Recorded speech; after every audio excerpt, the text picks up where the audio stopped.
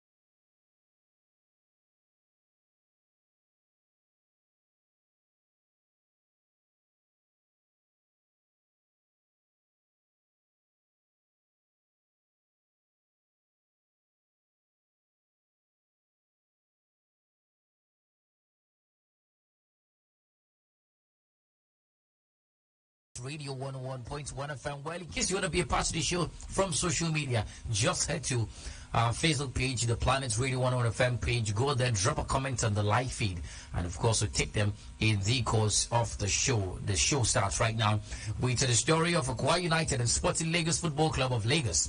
On Thursday, picked as the two clubs nominated to compete in the preseason tournament in Lagos, Niger Super 8 competition. Well, 6 teams qualified through playoffs, while Akwa United and Sporting FC qualified through being selected as wildcards. In the draw, where the 8 teams were split into 2 groups, NPFL champions Eyimba will confront the first runners in the Just Concluded League, Red Remo Stars in Niger Super 8. The organizers of the maiden competition conducted the draws in Lagos yesterday, and the Group A seems to be the toughest according to what we're seeing. For Sporting Lagos and Katina United, Yobe Stars, Louis Stars, and Akwa United. The competition is slated to kick off from the 7th of July 2023, of course, in Lagos. Let's look at the groupings. In Group A, we have Remo Stars, Katina United, Eyimba, and Sporting Lagos. Group B, Yobe Desert Stars, Lobby Stars, and of course Akwa United. Of all the teams, over 20 teams that were not picked in this competition or did not qualify for the playoffs, Akwa United were chosen, and I think it makes a lot of sense. Congrats to the team, and we hope that they go there and come back with the goodies and put up a fine performance. Looking forward to seeing what they do when the competition starts in proper on the 7th of July 2023.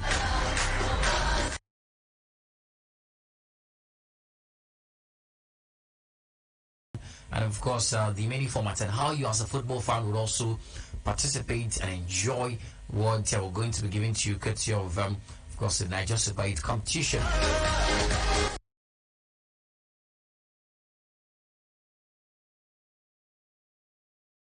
Reminded that they should commence club licensing processes for the new season, which has been scheduled to kick off on the weekend of August 26 and 27, according to the stories we're getting. Following the submission of the season's reports by the IMC to the NFF, clubs that qualified for CAF club competitions were invited to commence their procedures with the NFF in line with the CAF club license regulations of 2022. The league organizers in advising all participating clubs to take advantage of early completion of the process, and one that only clubs that have been licensed would be registered for the new season.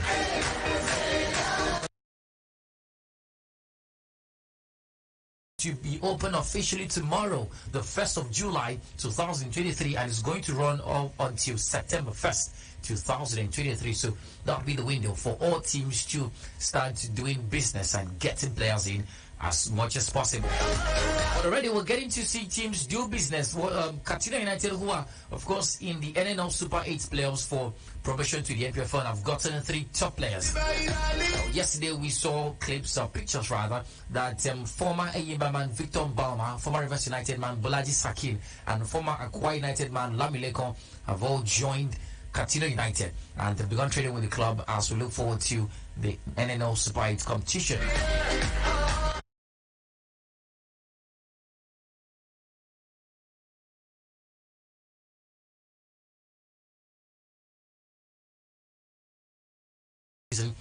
With the team, and of course it takes his quality to Katina United. Bolaji Sakin has had stints with Abia Warriors. He has stints with Rivers United. At some point was far away in, I think it was Congo, thereabouts, blindly straight there. And of course, he's back in the country to join Katina United. The former Akwa United, Maolamile Kozio, a fine player. And of course, all the players will be showing the quality for Katina United at the NL Super 8 playoffs.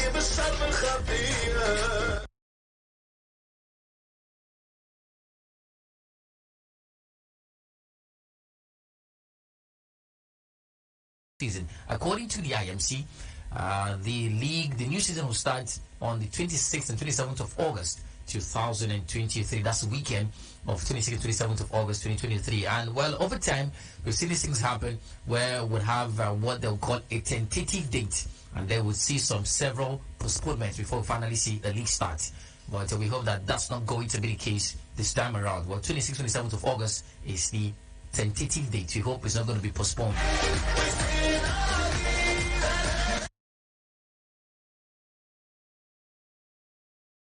Those of you watching on social media, on Facebook, you've seen that the man looks soft. And of course, I'm preparing for happy hour later by 5 p.m. today. Well, good afternoon, Friday to you. How you doing? What's the plan for the weekend? Well, Mario, I hope the weekend will be so fantastic, but it's with the very heavy story we got from the meeting, where they're out as to the arrivals, but life goes on, right? It's going to be a fantastic weekend, and for me, it begins with a happy hour this evening. Definitely, Blighted. Right, it's good to have you on the show. Well, first of all, Akwa United have been selected as a wildcard team to join up with the other 6 qualified teams to participate at the Niger Super 8 playoffs, Super 8 competition rather. Sporting Football Club of Lagos were also selected for the competition. Well, a couple of days ago, we got reports that Akwa United have begun training, and we're asking ourselves, as at that time, the IMC had not brought out the date for the new season, but the team was training, and we're asking, why were they training? I think it all makes sense now. Yeah, something big was coming up. Being a wildcard at the Super 8, it makes sense. And that's been the conversation. I think Akwa United deserves to be there, especially when after Iked Stadium, I was used to host a preliminary competition. Give us some consolation that goes forward for this competition. And you can imagine playing in a Kwabum team was there.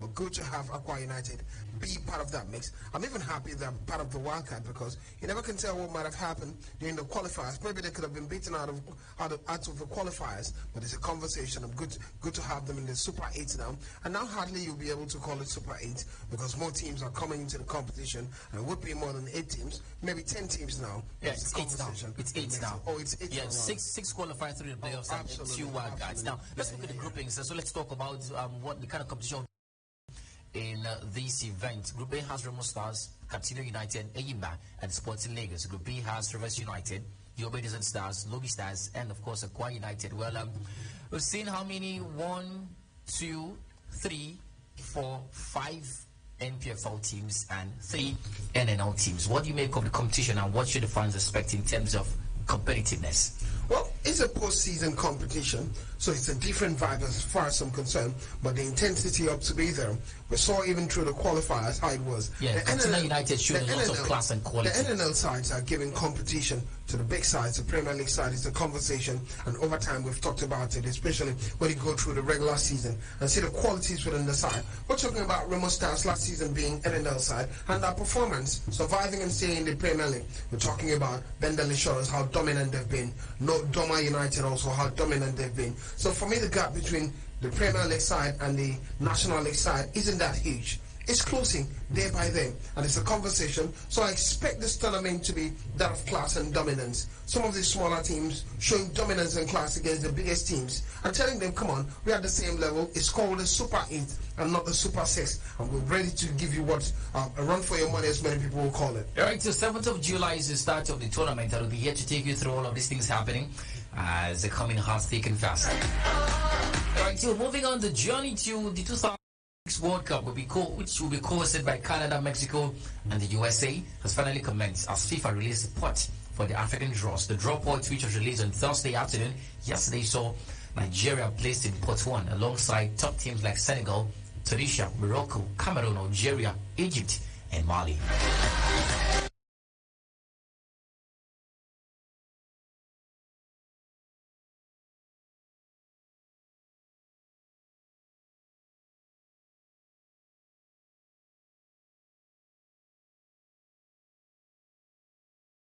The 4 best 2 will compete in the mini tournament, and the winner will make an intercontinental jump off. While looking at the pot, what Nigeria is in pot 1, Blyden, well, it's one thing to be in pot 1. Pot 1 actually means you're among the top-rated teams in the division. Yeah. In this case, in CAF, in Africa, in the region. So Nigeria is among the top-rated countries in Africa, football-wise. But it's one thing to be top-rated, it's another thing to qualify for the competition proper.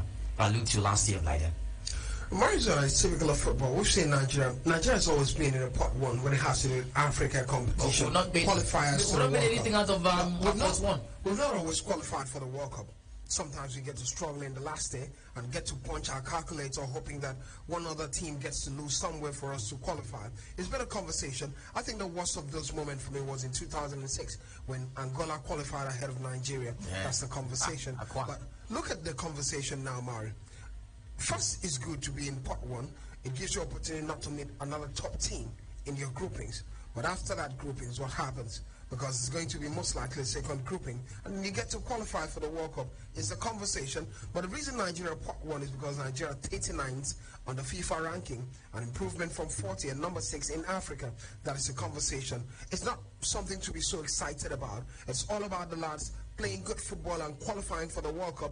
If they get to do that, it's good for them. And it's good for the NFF. Look, the last World Cup, we couldn't qualify.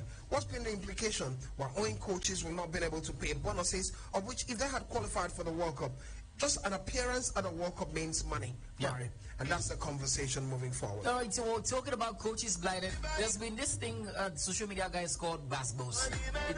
It's been a backlash, it's been a clash, it's been a trade of words, a war of words. And it's been between Nigeria's Super Falcons coach, Randy Wardrum, and the NFF. They've been trading words since yesterday. There have been answers and counter-answers, accusations and counter-accusations. But with less than 3 weeks to the kickoff of the FIFA Women's World Cup, Wardrum, the coach of the Super Falcons, has lashed out at the NFF over team selection, unpaid bonuses, and the absence of his assistant.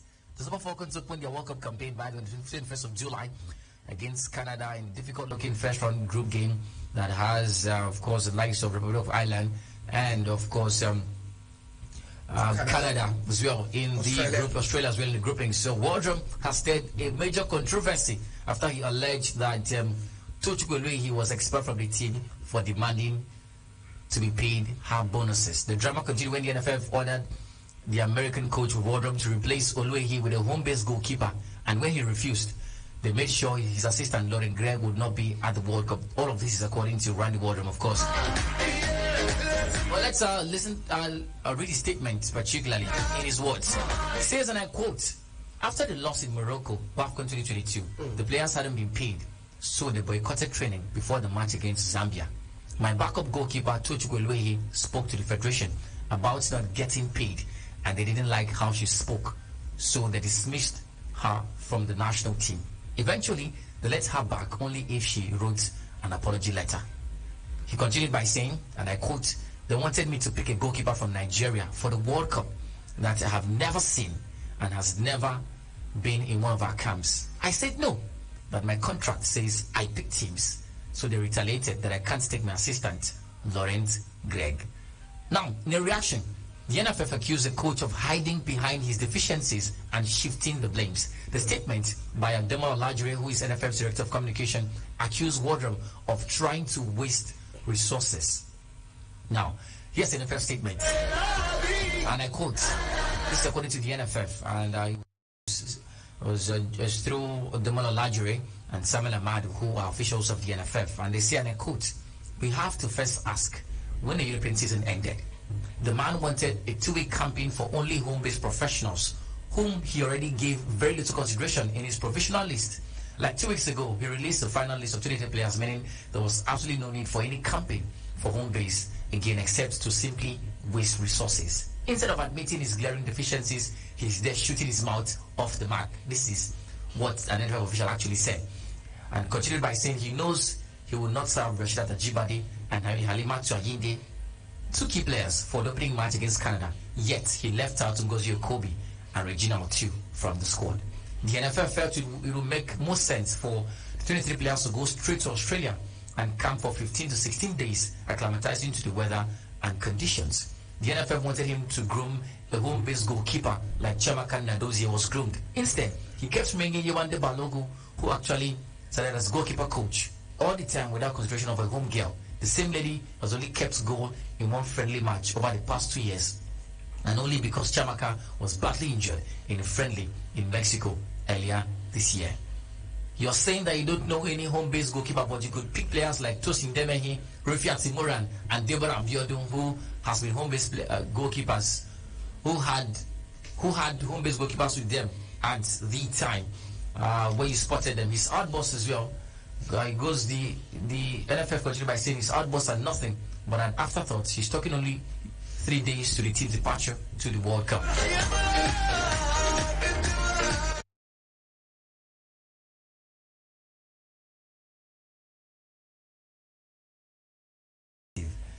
And he's made loads of allegations. First of all, that Oluwehi was put off the squad because she asked for her wages. Sounds familiar, Blyden? Yeah.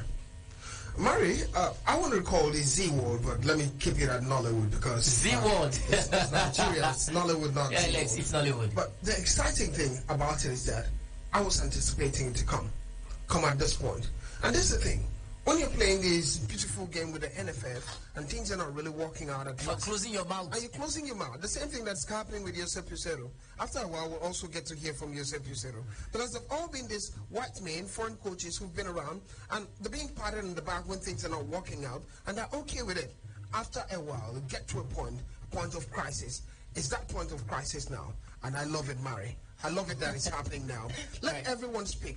Let's hear the banter. Let's hear every angle to it. That's the conversation. Let's also look forward to a solution, because there's no wisdom in division. Even the Bible says a house divided against itself can never stand. It doesn't make sense when you, as an employee, you're taking your argument to your employer to social media, right?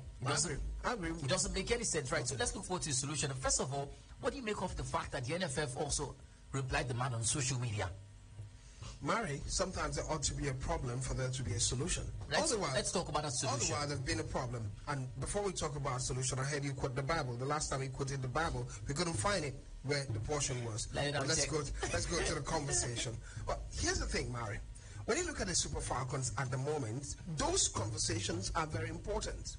And it's coming at a very dying moment, because the World Cup is just so close. But from the NFF point of view, some of the talking point makes a lot of sense, especially that of camping.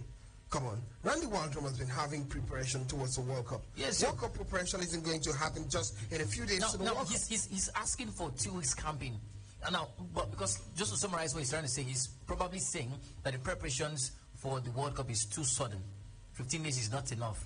But the truth is, it's international football. You're not going to have 38 games. And you've been with this team for a while. So, are you going to use these 15 days to do what you couldn't do in the past couple of months? Does that make any sense? I think from the Waldrum's point of view, one of the things he's trying to indicate in this is that if he gets to camp in Nigeria, it gives him opportunity to look at some of the home base player, maybe add few numbers to the squad, considering the fact that in that list, the likes of Ajibade won't get to start the game, as the NFF has said. But the NFF has also said that in his provisional list, he gave little or no attention to home-based players. So what's the point of camping at home when bulk of the European players, the season is not done yet for them? Murray, we can spend all the money. The coaches are not being paid. The players are not being paid. It's the conversation. But I think the solution, the way forward to all the 6, Murray, is what we already know. Let the NFF do the right thing. Pay the players. What's leading up to all these complaints? Pay the players. Let's not have disgruntledness in the camp. That's the beginning of the failure. Apart from paying the players, he's said a lot of stuff. And, well, for the first time... The major thing he's really talked about is that of camping. Yeah, definitely. So, but apart from that, kudos to the NFF, because before now, we used to hear that the NFF would recommend players for the national team, but this man clearly said that he chose players. And even when the NFF said, "Why didn't you?" he stood by his decision. That's good news. That has been why we needed foreign coaches. The only strength of a foreign coach is it has contract terms. I'm going to choose my players. It wouldn't be that technical group in the NFF choosing players for you. Right. But the NFF was still making those demands. Here's the thing, Mari. when you choose your own players to a tournament, you have to stick with it. That is the conversation. Let's assume he knows what he's doing, of which I do not believe he's a decent coach enough for the Super Falcons of Nigeria. I do not believe they'll do well at the World Cup. But in terms of preparation, you don't just need 15 days to prepare. He's been preparing all this while. We've seen the competition he's found himself with the Super Falcons, from all the friendly games, even the game at Japan, right, so and the losing games. Canada, Australia, Republic of Ireland, if he fails at the World Cup, will all of this be a perfect excuse for the man? Murray, there's no excuse. The man has failed. I think he's going to fail, and I think he's going to be sacked after the World Cup. Definitely. There's no way you'd bring your player to social media and drag him and not be sacked. Definitely. Well, Blyden, this is for you. Matthew 12:25. A house divided against itself cannot stand. According to Google. Well, Blyden, this is the Bible. This is clearly the Bible. Blyden, this is the Bible. First time you've had a Bible portion correctly while talking sports. It makes a lot of sense. Well, I had a Christian background. That's a conversation. The good thing is it's not the book of Cristiano Ronaldo or Lionel Messi. But that's the conversation. Let's begin to take calls in right here. 090-2223-1011 and 0817-624-8565. What do you make of the drama between the NFF and, of course, the coach of the Super Falcons of Nigeria, Coach Randy Waldrum, coming out to drag the NFF and all of that? Well, is this going to be a good excuse when he finally fails? Time is going to tell, but let's get your thoughts on the drama. Good afternoon. Welcome to the show. This is definitely Victor. Hello, Mary, good afternoon. Welcome, Victor. Yeah, here we go. Yeah, nice one. Thank you. All right, thank you very much. You just came to talk about Mason Mount. All right, Joe, before we talk about, we have to start from the home state. Well, Blyden, it's not confirmed yet, but we hear that Coach Stefano Pioli, the coach of AC Milan, is talking directly with Samuel Chukwueze, and he's told him, I want you in my team. We'll talk about that after this call. Good afternoon. Welcome. Good afternoon. Tell us. Yeah, good afternoon. This Nigeria sometimes we like doing things that make people think that we don't have organization in the way we do things. Look at coaches talking to NFS. NFS is going back to coach. See, this is not the right time. This man should just take these girls to the World Cup. After World Cup, Now, fight. Musa Gudo, we just tell him the way Ibrahimovic used to tell those coaches. We don't tell him the letter of that. It is okay with you. How can they give you part-time job? They are working another job. They are still working. They feel like Nigeria. They are giving you a part-time job. They are still complaining. You don't have to complain. You don't have to talk. You are listening to outside. This is not the right time to do it. You just go to the World Cup and come back and we know what else. So for my team, Danny Metiman, it's a good deal. Thank you. Thank you very much for talking to us, Toilets, on the line. Please do want to keep the calls coming in. 090-2223-1011 and 08624-8565. We'll take comments from Facebook as well in the course of the show. Good afternoon. Welcome. Yeah, good afternoon, Marizona. Famous Junior from China. Welcome, Famous Junior. Yeah, well, let me react on Kayabe transfer to Arsenal. I think it wouldn't be a successful player at Arsenal. For also Matuman for joining Manchester United team will do well. Thanks for having me. Thank you very much for talking to us.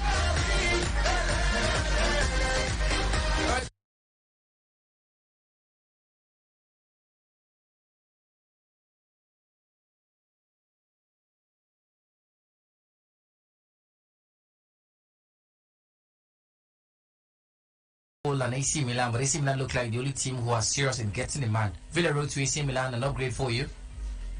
I think it's a good move. AC Milan is a top shot. The pressure is less compared to.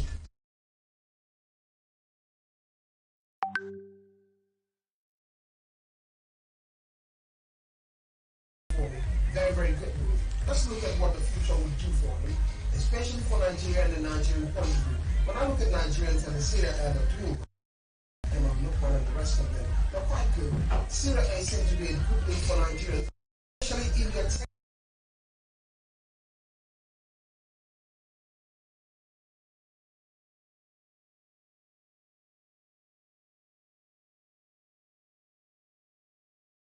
show.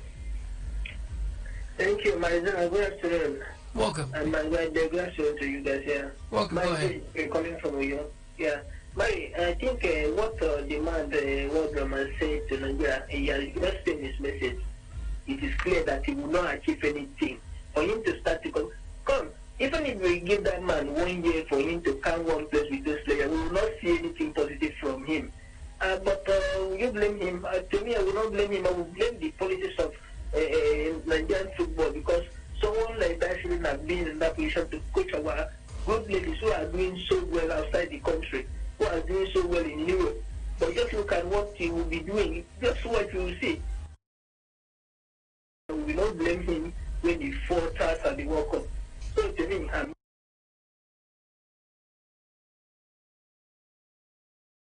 Well, Blyden, in 25 seconds, Victor Osimhen, according to reports, has set his sights on either Real Madrid or Manchester United. This is according to Turkish football writer and transfer expert Ekrem Noor. Well, Mari, quite good. I'm hearing the news that Victor Osimhen is setting his sights on Real Madrid or Manchester United. Right now, Manchester United doesn't have the money to pay for Victor Osimhen, so Real Madrid seems good. Karim Benzema, not part of that team at the moment because he's moved to Saudi Arabia. Al Ittihad. That's a big vacuum, and that big vacuum needs to be filled by a big player, a striker of big quality, an impact player, and no other player with such impact at the moment who's not occupied with his club side than Victor Osimhen. Haaland could have been quite a good one there, but he's busy with Manchester United. We're talking about Harry Kane. Harry Kane still disgruntledness between Daniel Levy and other clubs, and Bayern Munich seem to be the favorite. Victor Osimhen at Real Madrid, it would make a lot of sense for I can sense your excitement, Blyden. Hold it. This is just a speculation. Good afternoon, welcome. After this, we talk.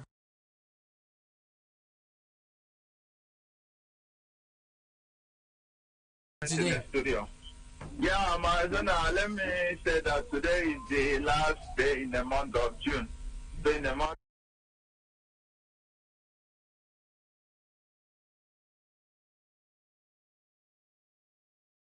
on first tomorrow is to start the market in the Nigerian League.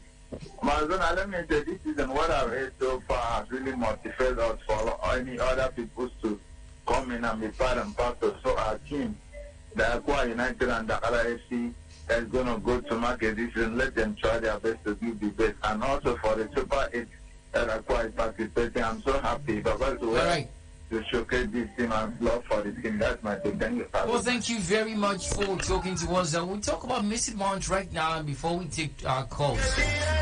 All right, so well, Blyden, it's confirmed. We hear that Manchester United have agreed a deal to sign England Chelsea man Mason Mount for a 5-year contract, £55 million upfront and $5 million in add-ons. Mount is 24 years of age, will be Erik ten Hag's first signing as he looks to strengthen his side following United's qualification for the UEFA Champions League next season.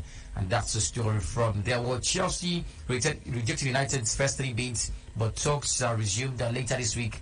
And of course, that impasse has been resolved. Mount scored 33 goals to Chelsea in 195 games after making his debut in 2019. And he's gone on to win the Champions League with Chelsea, the FIFA Club World Cup, and of course the UEFA Super Cup for Chelsea Football Club. Well, Lennon, he's here, he's perfect, but let's talk about what he brings to the team. Now, these are the conversations. Mason Mount is an attacking midfielder, and the conversation about his suitability, and of course how he fits into this Manchester United side. What exactly is Mount bringing exceptionally to United? Well, Mason Mount is a decent footballer from my standpoint. Such a good footballer, quite young, maybe not very experienced, but he has to play him in his position. I looked at his life at Chelsea at some point, drifted to the side, not gotten the best of it. If you bring Mason Mount to the middle, the heart of the midfield, it's been going to be a huge struggle for him. But from Erik ten Hag's point of view, the question will be, where is he going to play the player? Because you look at the midfield they've got. Manchester United love playing 3 in the middle. Sometimes, especially against Manchester City, they go for 4 in the middle. Definitely, Sabitzer is returning to Bayern Munich, and that's the conversation. So Mason Mount returns to the team now, gets to the team now. Where does he get to fit in? He's more of an attacking box-to-box player. It means either Bruno Fernandes has to drop into the middle to help the side. But when Bruno Fernandes gets to drop to the middle, not quite good. And it also means that either Eriksen would be on the bench. That's the conversation, but a huge battle.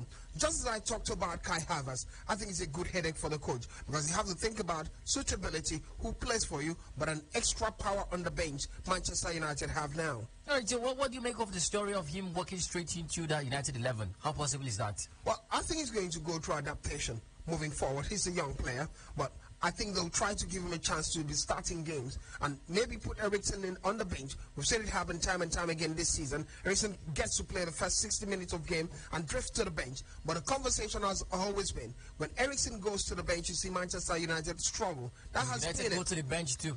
Sorry? United go to the bench too. Absolutely. They seem to be going to the bench. That's the conversation. Yeah. But with Mason Mount, I want to see how they'll groom the lad to play and play even well moving forward. He's got physicality in his feet. That's the conversation. A typical English player, hard worker, that's it for me.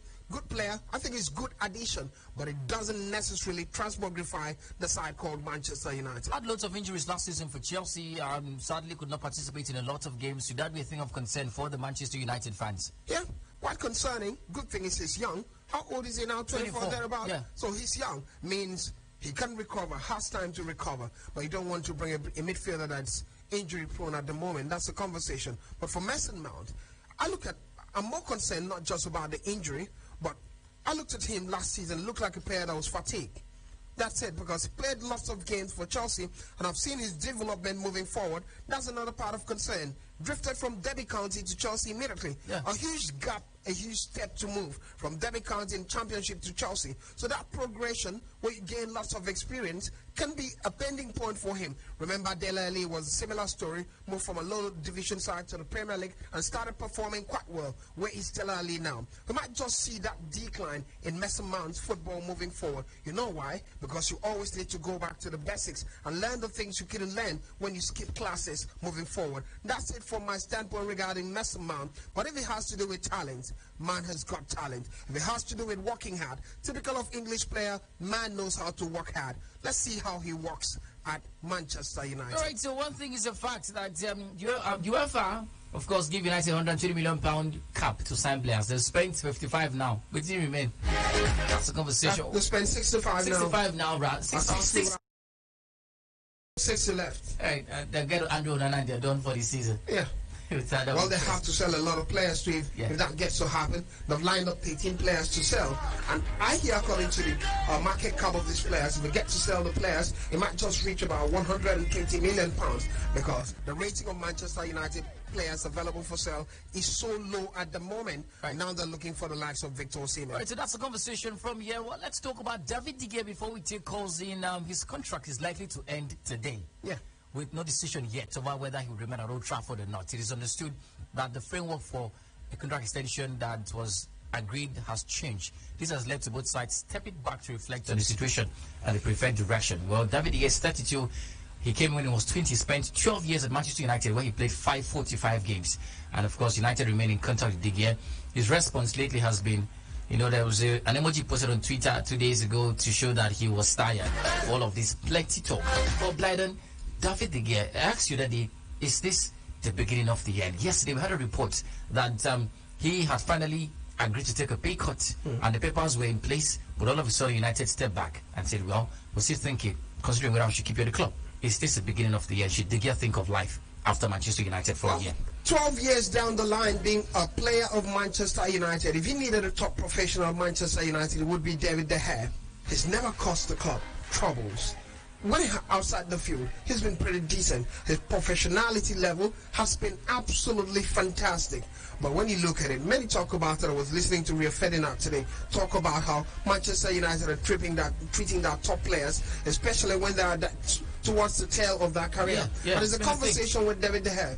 The numbers are not clear in the market at the moment. It's not really been out. But according to sources I hear, that David De Gea was given, he used to be paid some £375,000 a week. At some point, Manchester United wanted to push it to £200,000. And man said, I could take it, But afterwards, Eric Ten Hag and the guys came in and said, come on, let's make it 150. And the man is getting tired of it. Saudi Arabia is around the corner calling. No wonder amid all the interest with Onana. It's just a conversation. And I think the tape choice keeper have been retained, not released. And it's an indication of the last days of David De Gea at Manchester United. Well, that's a conversation from here. Let's head back to the phone lines. 090-2223-1011 and 0817-624-8565. Well, let's stick to the 090-2223-1011 line because the other one is a little faulty right now. Good afternoon. Welcome to the show. Yes, good afternoon, my son. I showed them calling from North. Welcome, Ifyo. Yes, my son. I'm not proud of the leadership of NFS. The leadership of Ibrahim Musa Kutu. That is why I consider it a waste of time when I hear people on the radio, blaming Randy Waldrum and Jose Pesero. The leadership update is not solid, so you cannot expect anything good from those lads. As for Mr. Man joining Manchester United, for me, it's a good year for Chelsea. Chelsea never paid again to acquire Mr. Man. And now they are cashing out in £50 million from Mr. Man. A player has won Champions League and the rest of the trophies for Chelsea. So I wish you good luck in his Manchester United. Thank you very much. Well, thank you very much, Ifyok Domingo, for talking to us. For some more transfer stories, as we stop by at Facebook, we hear that Liverpool are in talks to sign Leipzig man Dominic Szoboszlai from Hungary. He's 22, he's an attacking midfielder. And of course, Liverpool are looking to beef up the midfield for the new season. Lucas Ivy should be happy. Good afternoon. Welcome to the show. Yeah, good afternoon, sport analyst. Yeah, Liverpool man. He's done. And don't take to Mason Mount to Man United. But I want to ask a question. Is Mason Mount better than Sandro on the bench? So it's the question to answer. Sandro. Please, Sancho. Oh, Jadon Sancho. Sancho, thank you. Yeah, Jordan Sancho. Yeah. All right. Is it better than Mason Mount? And I want our jockey club to sign me a midfield. Please, beg him to sign me a midfield. That's my case. Thank you very much. First of all, Jadon Sancho is a winger, right? An attacking a winger, particularly. Yeah. So you cannot compare them. Or maybe in that sense, based on the quality of the player moving forward in terms of the experience and what they bring to the table. Right. Maybe that's where the rating is. Let's do it, Blyden. Jadon Sancho, Mason Mount. Well, if you kept Sancho that I saw at Borussia Dortmund, I would have thought that was a decent player. But the Sancho I see at Manchester United is a different kind of Sancho. Thank you very much. Mason Mount that I saw at Chelsea, quite decent. Oh, Mali, good afternoon. Good afternoon. Welcome. Hi, Chief and others. Mali, trouble is breeding. I believe by July 20th is the commencement of Female World Cup. Randy Waldrum is speaking. He says some NFF officials want to force players on him. Call it a sign of defeat. Officials choosing players to an average coach, Mari. I guess he said the World Cup is his target. Let NFF officials leave him alone. So that you will know who to blame after the World Cup. Secondly, Mari, I commended France Football Federation by banning female players from wearing hijab. It looks crazy. Top Gunner, come on, Top Gunner, let's focus on football. Top Gunner, let's focus on football. Actually, it's a sensitive conversation. Let's focus on football.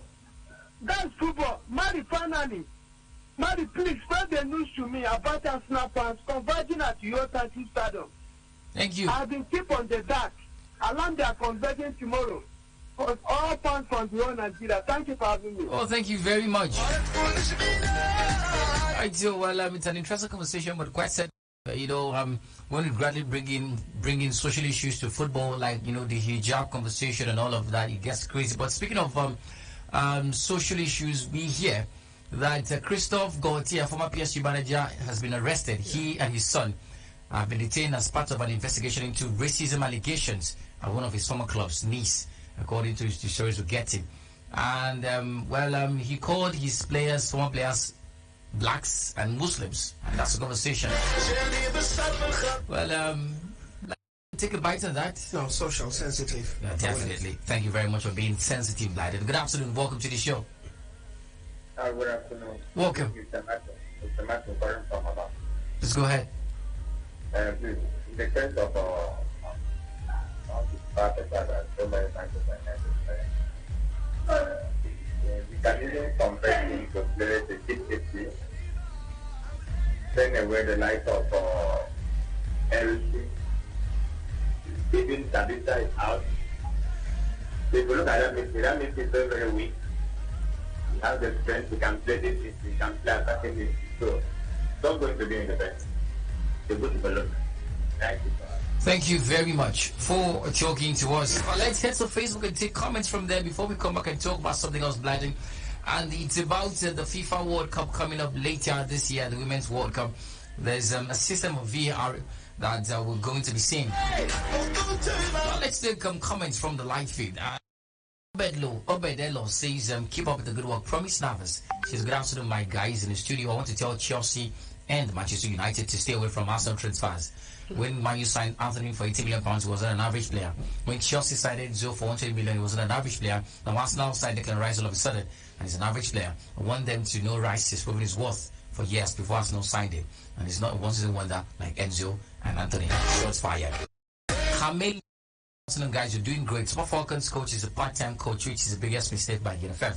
Is it as if there was no money for a full-time coach? Super Falcons getting more than 3 points at the World Cup would be a miracle. Simon Chukwueze should force the move to AC Milan, as he will be key to the project ongoing.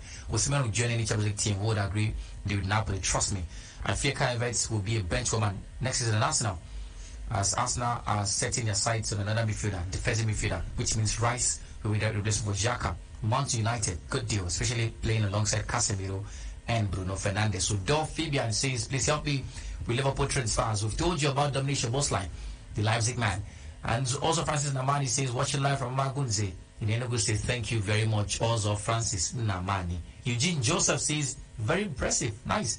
Basic Monkey Udo says, Football Planet, the football to the world. Thank you very much. Appreciate you. Thank you very much.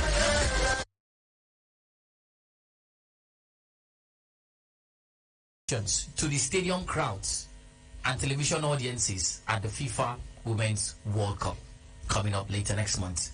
IFAB announced a 12-month trial in international tournaments back in January, having followed up recommendations made in October last year.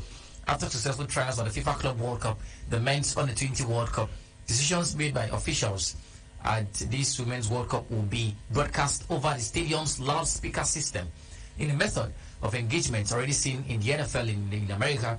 At this summer's tournament, spectators or those watching on TV would get an explanation of why the referees made the decisions they made after consulting the VAR. This will include incidents where VAR intervenes to overturn decisions, or whether it is citing a red card, a penalty, ruling to go for offside or foul play. Now, it's the first time this method will be adopted by a Tier 1 FIFA tournament, but sources have told of course, newsmen that this would improve transparency and key decisions. Now, now in the Premier League, for instance, last season we saw some decisions that that caused loads of controversies and uproars across social media. But this is FIFA saying at the World Cup coming up later next month, if the VAR enforces a decision, the referees will have to explain it to the fans and the ones watching on TV. Transparency, right? Yeah, makes a lot of sense, Mari. Yeah. Because before now, it seems to be a blind decision. Yeah.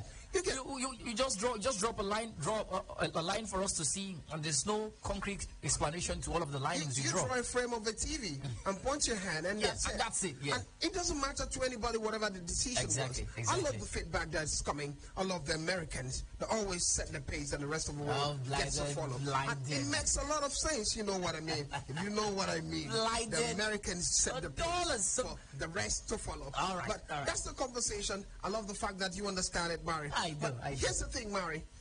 What I love the most about this thing is this. Now, the referee, when they're taking decisions, because before you know, no one is going to demand you an explanation. Yeah. So you take the easiest decision. Now, it puts the referees at a spot. Before now, whenever a referee goes to check the VAR on-field screen, you just know that if it was a penalty call, next thing is the easiest decision, give a penalty. Yeah. So very few referees go against that.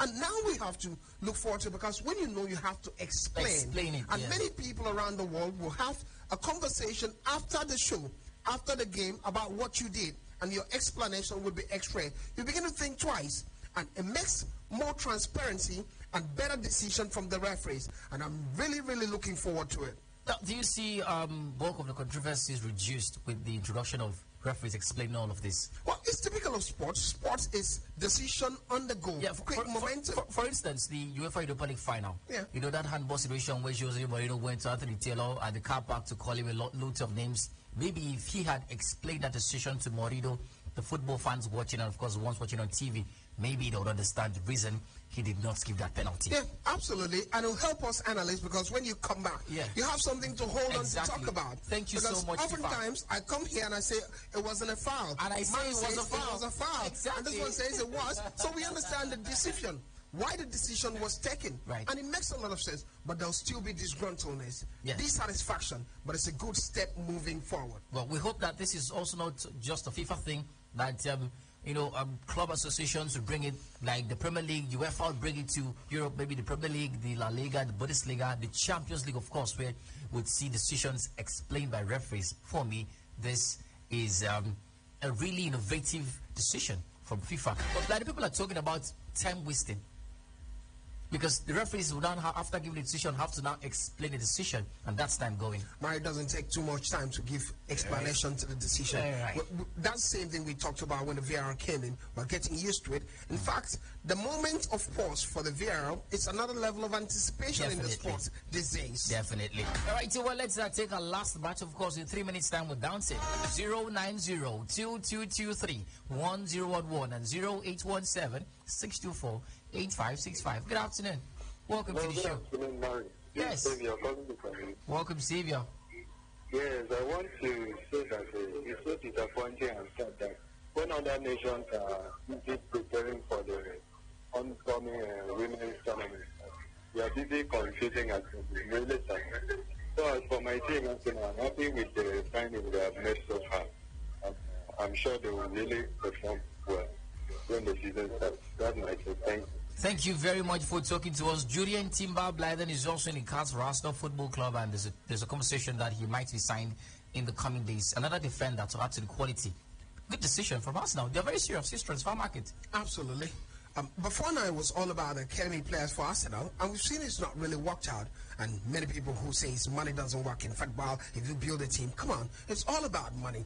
Arsenal are beginning to look serious because they understand you have to challenge other teams that are spending money and are beginning to spend this money. The question is, how fitting are the players they're buying in the transfer market moving forward? Well, good addition.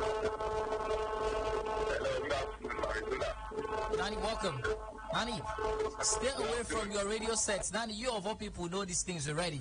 Please move away from your radio sets. Move very far away so we can have a proper conversation. Thank you very much, and God bless you. Well, this is our story, Blythen. It's about Hakim Ziyech. It's the fact that his move to Al-Nassr has collapsed because of the fact that he failed the medical. And the Al-Nassr medical guys noticed a knee issue. And as a result of that, they called off the move. Sad stuff. Yeah, quite sad. And for a while I've been wondering what's happening to this player because he's looking so slow. Now I realize it, especially when you have that knock somewhere in between your knee, though you can still run. Yeah. You slow him down over time since moving from Ajax and something you can relate to. Absolutely, I can relate to it. Mari, don't remind me. Let's not go there. Here's the thing. A side fact, because it's at January, he was supposed to move to Paris Saint-Germain on loan. Yeah. We had different story, but finally we understand it was still part of these medicals, that knee injury supported by him. Manchester United are set to hold talks to get Andre Onana from Inter Milan. Juan Cuadrado is a free agent. We hear also that Willian is also a free agent. Tomorrow when we come back, we'll take a look at all free agents because today is the end of so many contracts. Absolutely. So we'll take a look at free agents from tomorrow. Absolutely. And of course, look at where they could go to. And that's the conversation. Lucky Lascola, good afternoon, welcome. Okay, my name is Mafulit living on planet. All right, let's go ahead. Please, I want to know about Thomas Partey. Are you going to? Not yet. Thomas Partey still remains an Arsenal player. As we speak to you, there are no talks yet, but this is it for the show, Blythen. Well, thank you. Yeah, there are indications Thomas Partey could move. Good move, yeah, that's the conversation. Well, that's it for the show today. We'll come back tomorrow, of course, 7:30 to 8 in the morning and 3 to 4 p.m. later in the afternoon. So do you want to enjoy the rest of the day's broadcast? As we said, by tomorrow, we'll take a look at all the free agents. 12:30. Tomorrow is Saturday. Oh my goodness. I am so engrossed into Monday to Friday. But tomorrow is Saturday. So we're back 12:30 to 2. 1 hour 30 minutes to talk about free agents and where they might go from here. Thank you very much for being a part of the conversation. For those of us who make contributions on Facebook, please keep up the good work. We'll see you tomorrow. My name is Marizona, and I had the High Chief Leonard K for company, and together